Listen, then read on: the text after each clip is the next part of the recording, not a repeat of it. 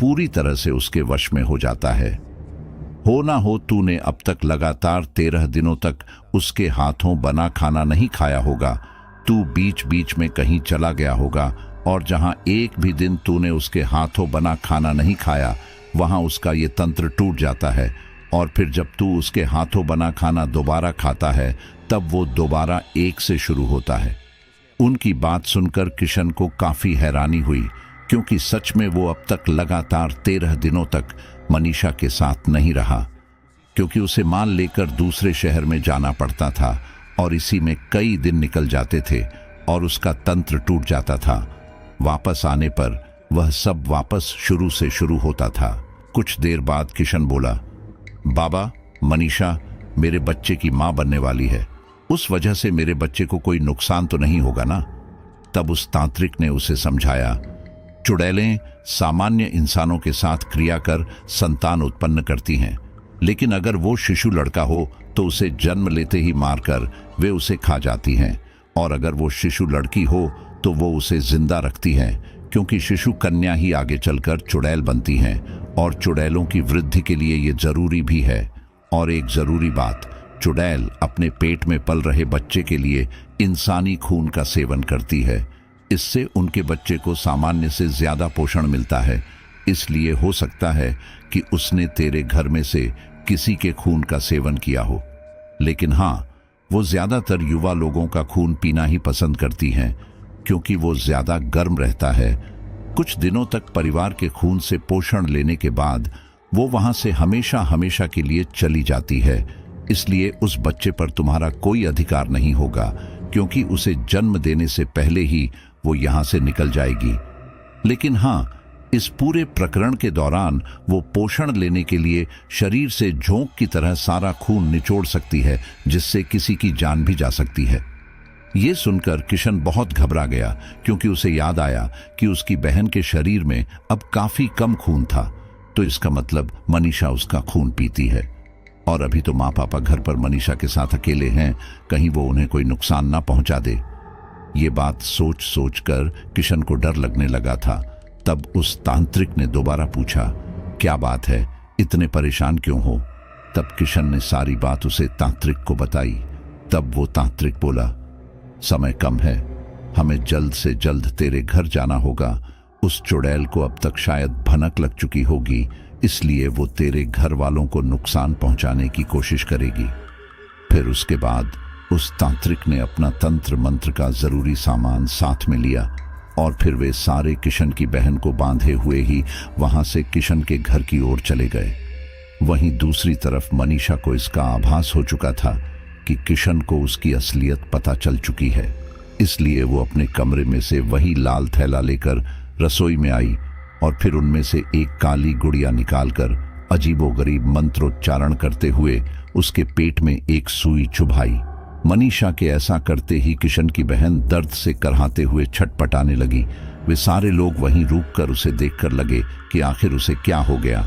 उसके बाद उसने दोबारा मंत्रोच्चारण कर एक सुई उस गुड़िया के सीने में चुभाई, जिससे उसकी बहन दोबारा दर्द से चीखी।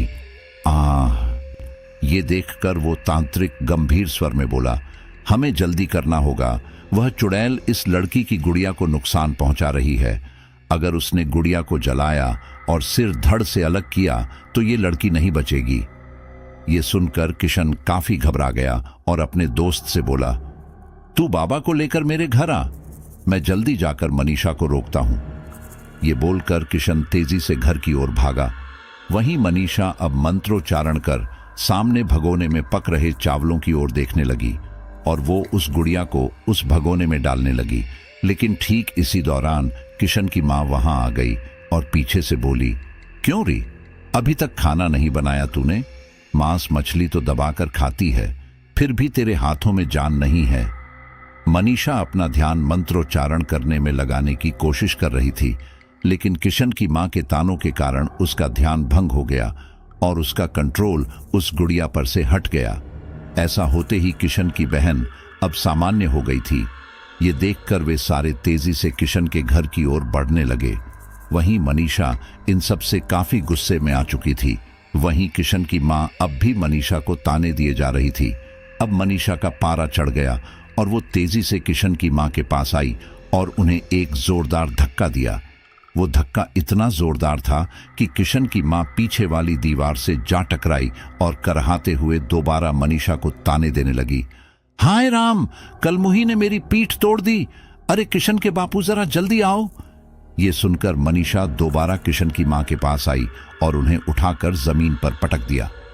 अब इससे पहले कि किशन की मां उठती, मनीषा उनके ऊपर चढ़ बैठी और फिर ठीक इसी दौरान मनीषा अपने भयानक स्वरूप में आ गई। लंबे दांत, उलझे हुए बाल, काली त्वचा और लाल भयानक आंखें जिनमें गुस्सा साफ दिखाई दे रहा था।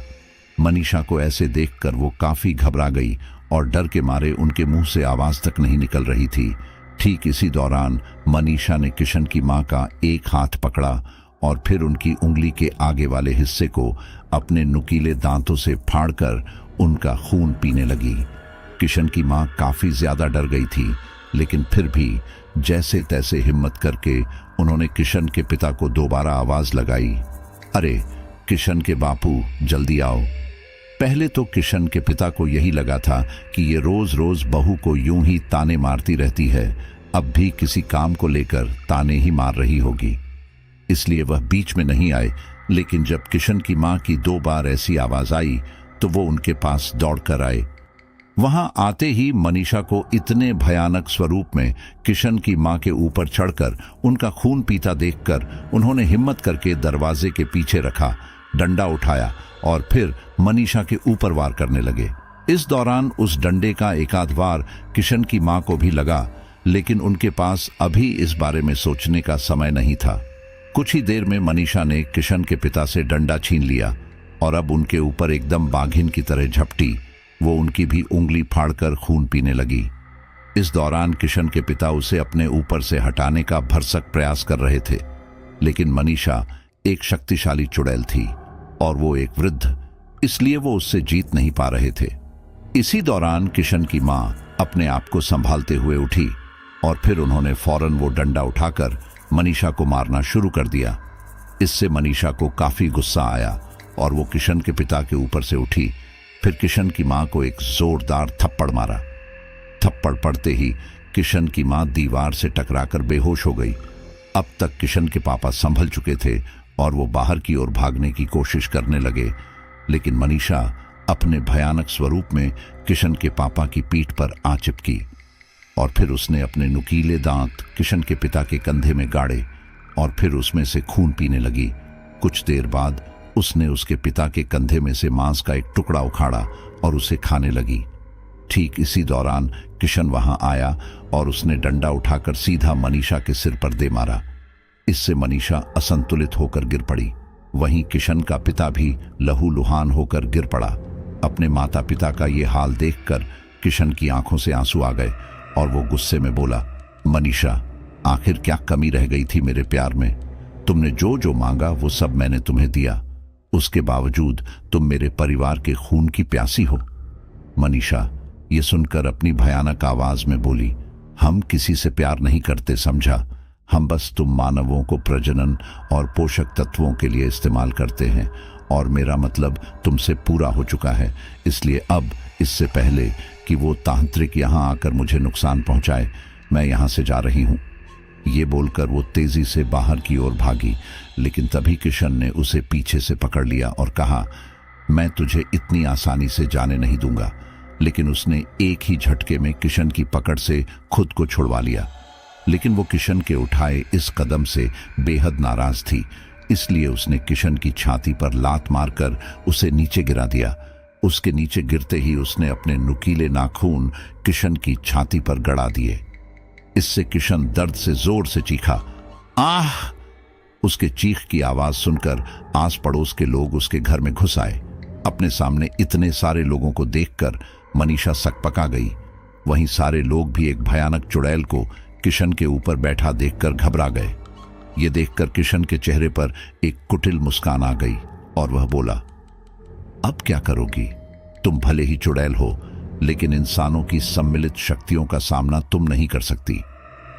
अब इससे पहले कि मनीषा कुछ कर पाती, वहां वो तांत्रिक भी अपने साथियों के साथ आ पहुंचा और उसने तेजी से मंत्रोच्चारण करने शुरू कर दिए। मनीषा ने भी खुद को बचाने के लिए मंत्रोच्चारण करना शुरू किया और उसके ऐसा करते ही किशन की बहन में पता नहीं कहां से इतनी शक्ति आ गई कि उसने उन रस्सियों को तोड़ दिया और फिर उस तांत्रिक के ऊपर तेजी से झपटी। इससे उस तांत्रिक का मंत्रोच्चारण से ध्यान भंग हुआ। वह तांत्रिक कुछ करता उससे पहले ही किशन की बहन ने अपने दांत उसकी गर्दन पर गड़ा दिए, लेकिन इससे पहले वो इसके आगे उस तांत्रिक को और नुकसान पहुंचाती, किशन के पड़ोसियों ने उसे कसकर पकड़ लिया। अब उस तांत्रिक ने दोबारा मंत्रोच्चारण करना शुरू किया। इसी के साथ ही उन्होंने अपने साथ लाई पोटली में से एक सफेद पाउडर जैसा कुछ मनीषा के ऊपर डालने की कोशिश की, लेकिन तभी मनीषा ने किशन को एक ढाल की तरह इस्तेमाल किया। अब मनीषा ने देखा कि उसके पीछे ही एक खिड़की है। मनीषा तेजी से किशन को अपने साथ खींचकर उस खिड़की से बाहर निकल गई। फिर वह एक बाघिन की तरह तेज छलांग मारकर सामने ही मौजूद पेड़ पर चढ़ गई। इस दौरान किशन भी उसके साथ था, लेकिन पेड़ पर चढ़ते ही मनीषा ने किशन को पेड़ से नीचे फेंक दिया और खुद बड़ी ही फुर्ती के साथ वहां से निकल भागी। अब सब लोग तेजी से किशन के पास आए। मनीषा ने उसे कमर के बल जमीन पर फेंका था, जिससे उसकी कमर में चोट लगी थी। इसलिए उसे और बाकी के घर वालों को फौरन अस्पताल पहुंचाया गया। उस तांत्रिक ने मनीषा के पीछे जाने की बहुत कोशिश की, लेकिन मनीषा वहां से गायब हो चुकी थी। आज उस घटना को पूरे 4 साल हो चुके हैं। किशन का परिवार अब उस हादसे से उभर चुका है। किशन अब भी उस हाईवे से आता जाता है, लेकिन अब वो अपने साथ एक तलवार भी साथ रखता है कि कहीं उसे कभी उस हाईवे पर मनीषा दोबारा मिली तो वो उसे इस बार बिल्कुल नहीं छोड़ेगा। तो साथियों, हमारी आज की ये स्टोरी यहीं पर कंप्लीट होती है और ट्रक ड्राइवर की ये कहानी आपको बिल्कुल पसंद आई होगी। हालांकि काफी कम लोग होंगे जो आखिर तक कहानी को सुन रहे होंगे, लेकिन अगर आप अभी तक कहानी को सुन रहे हैं तो फिर कमेंट में लिखिए, हम हैं मिस्टर एक्स की लॉयल फैमिली जो आखिर तक सुनते हैं पूरी स्टोरी। मैं समझ जाऊंगा कि आपने कहानी को एंड तक सुना है और आपका नाम अगली स्टोरी में जरूर लूंगा। तो चलिए अब हम अपने लॉयल फैमिली मेंबर्स के नाम लेते हैं। मोइन खान, आशीष रॉय, अंशु बदलपुर, शशि सिंह, अंजू शर्मा जम्मू, पंकज कुमार, दीनेश मिश्रा लखनऊ, महेंद्र सिंह अहमदाबाद, खुशबू रंची, अख्तर हुसैन खान बिहार, अमन शर्मा वजीराबाद, मृत्युंजय रजभर गाजीपुर, नसीम असलम कोलकाता, प्रची मिश्रा इंदौर, अपूर्व कुमार नौटियाल देहरादून, सानिया बेगम हैदराबाद। चलिए फिर बहुत बहुत धन्यवाद, मिलते हैं अगली स्टोरी पर।